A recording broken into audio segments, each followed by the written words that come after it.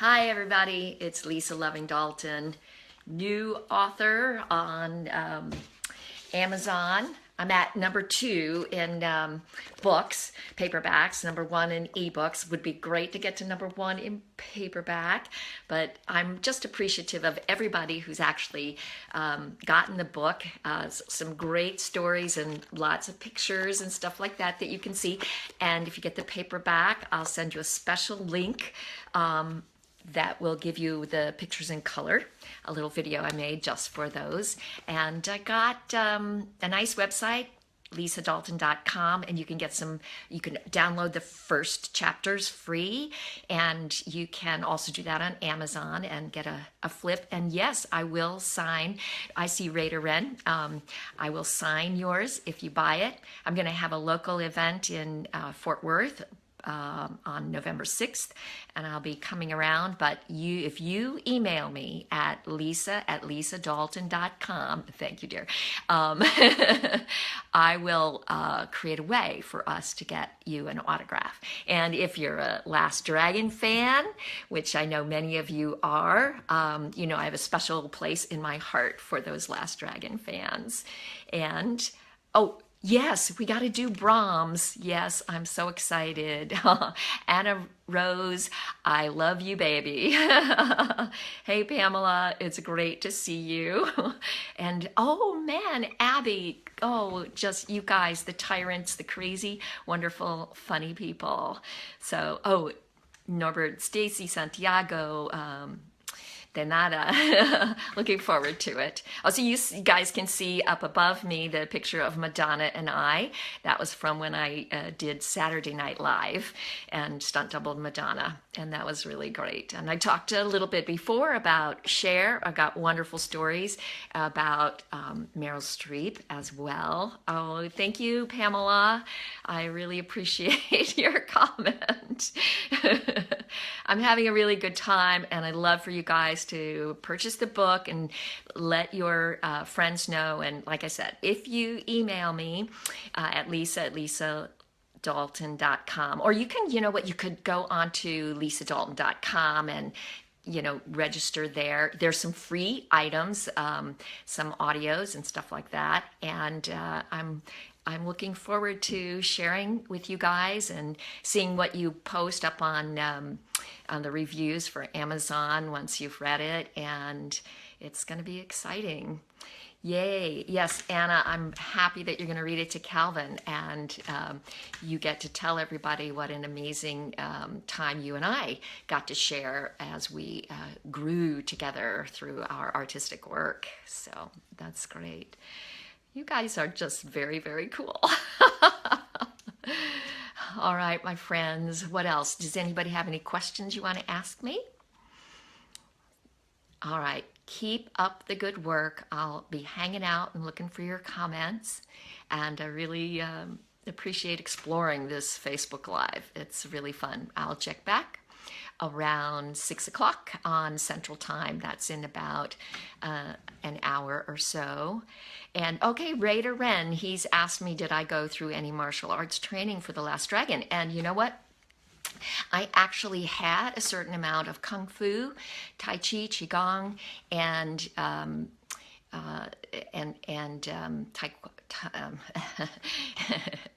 and Aikido. And I was a highly trained combat artist through my stage work as well as a gymnast. So I didn't have to go through any extra martial arts training because I had everything that I needed. But guess who did? Sure enough, Julius Carey III. He actually had to go through training. And that movie was very interesting because it was this interesting mix of real martial artists who were very highly trained and really talented actors who didn't necessarily have a lot of training, and then some real trained actors, like my show enough gang partner, Kirk Taylor, who was also trained in martial arts. And so there were a couple of other wonderful people who combined both the martial arts and the acting. And then you had just the actors, and then you had just the martial artists, and of course, the amazing Vanity. Oh, I got a question. When did I start as an actress? That's great. I wrote, produced, and directed my first play when I was 10 years old in fifth grade. But I started doing sort of chorus performances in school plays in when I was 5. And I became a professional actress as soon as I graduated from college, and wound up in an amazing company in New York, an avant-garde, very physical theater, comedy theater, and stuff like that, clowning, mime, gymnastics, stilts, and crazy things like that. So that company is called Bond Street Theater, bondstreet.org. And you know what they're doing now? They work in amazing places like in Myanmar, in Afghanistan, in Pakistan, India, in Haiti, in Africa, in war-torn refugee areas, using performing as a healing and educating art. So look up bondstreet.org and support them. You know, they're amazing. So, yeah. I got a question about, do I train anyone in martial arts? And I don't actually train anyone in martial arts. What I do is I offer martial artists, I help train martial artists how to translate what their skill set is into a performing career. And I also coach acting teachers and performers in how to work in a more powerful way. So that is my big thing. I think there's just a lot of great martial art teachers, and there's so many different kinds, like my dear friend Diana Lee Inosanto and her husband Ron Balicki. And Diana is a fan of Michael Chekhov's acting technique that I mentor people in. So yeah, there. I got a question about expounding on the rehearsal process for stunt people. And that's a really good question, because back in the 80s when I started, the process had, you know what, Raider Wren, I'm going to get to your question in just a second. The process had to do with sort of, we would take little toy things, like certain things you can't do until you're actually rolling on the camera because it's too dangerous getting hit by a car and stuff like that. So you do kind of like a dancer, you go through half speed or slow speed, and then when the cameras roll, you do it. So you talk about it. Other things you can rehearse. But today, they have what they call a pre-viz. And the stunt coordinator, he's the person who designs everything. He'll take like I'll just hold my book up for a second as if it were an iPad or something. He'll take the iPad and he'll videotape the rehearsal with the stunt players, and then he'll actually edit it and he'll show it to the director and the cinematographer, and they'll say, yes, I like this, I like this, I like this, and then they'll basically imitate it. And so the question about rehearsing for stunts, sometimes you actually do a full rehearsal, sometimes you don't. And in my book, there are some stories about times when we thought we were rehearsing and then they went full speed, like on Ghostbusters, which was pretty crazy. And another time when I actually got hit by a car because I was supposed to jump out of the way and it skidded and it missed its mark and I got smacked pretty good. So you can read all about that one too. There was a question about The Last Dragon and whether there's a sequel planned. And that discussion has been talking about for 10 years, being as The Last Dragon is now 36 years ago, 31 years ago, sorry. And, there's been talk about it. I had a conversation at one point with Barry Gordy Jr., and he said he'd let me know. That was a while ago.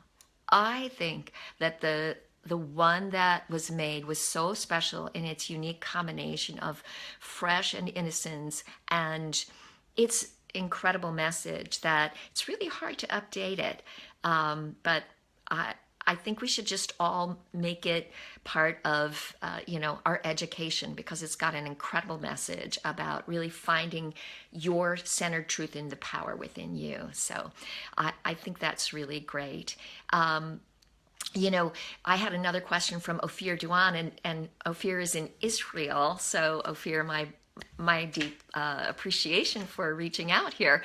Talking about major stunt injuries, and I did sustain a very severe injury. And again, that kind of, it has a little bit to do with a cliff, and it was I lost 46% use of my back, and was in chronic pain for until I had amazing back surgery about 2.5 years ago.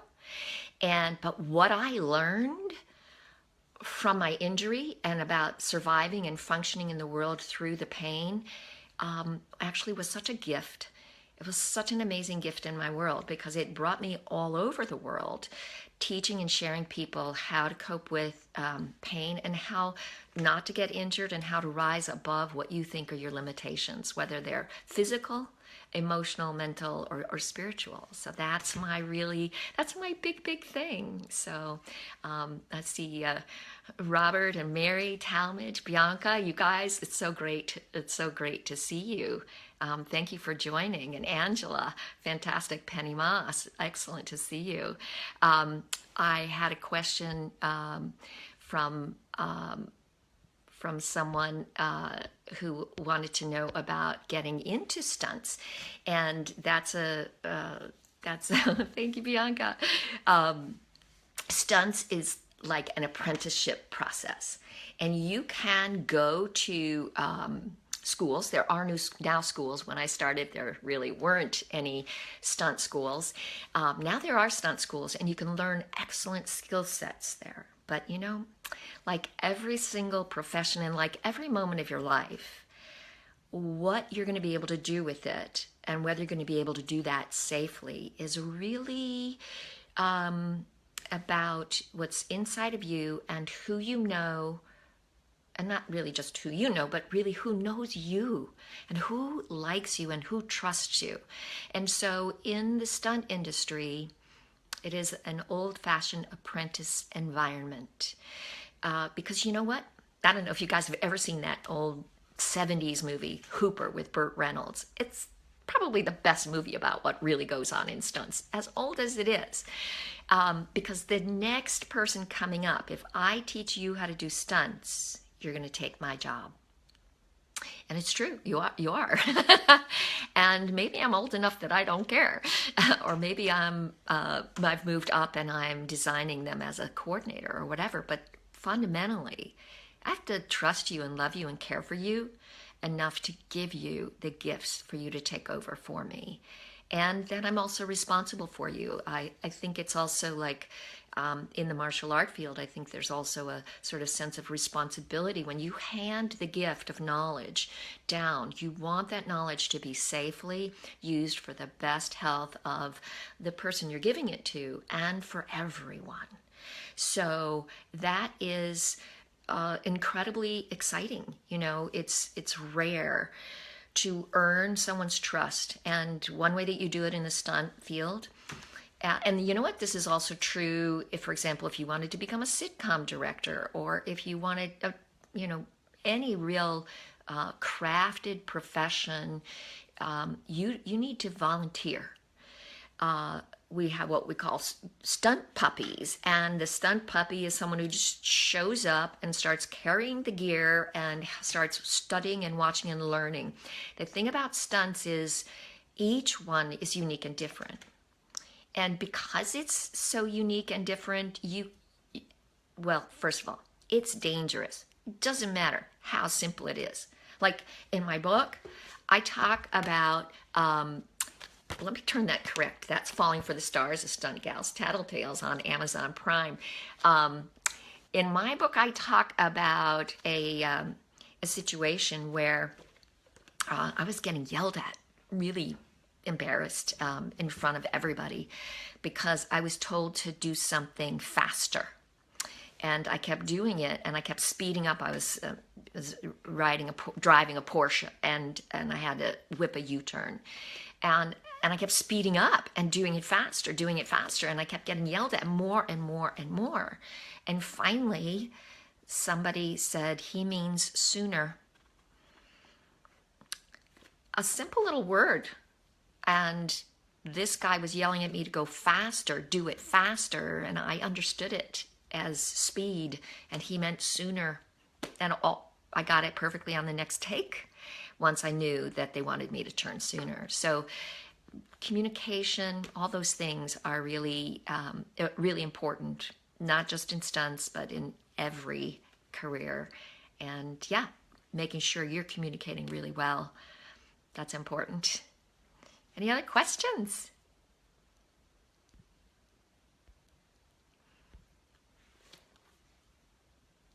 Thank you guys. You guys are amazing. Rand Jacobs, thank you so much for checking in. And it's really wonderful to see you. All right, team, I'm going to come back at 6 and spread the word. Let people know I'll be on, and I'll answer some more questions, and I'll show some more pictures. So behind me is Cher and myself, and above that, Madonna and myself, and a shot from The Last Dragon. All right, we'll see you guys. We'll see you guys soon. Bye. Wait, what's that? Oh, okay. Oh, Maxine's going to get reading her book because it just came. Thanks, Maxine. That's wonderful. Bye-bye. And share the video. Okay.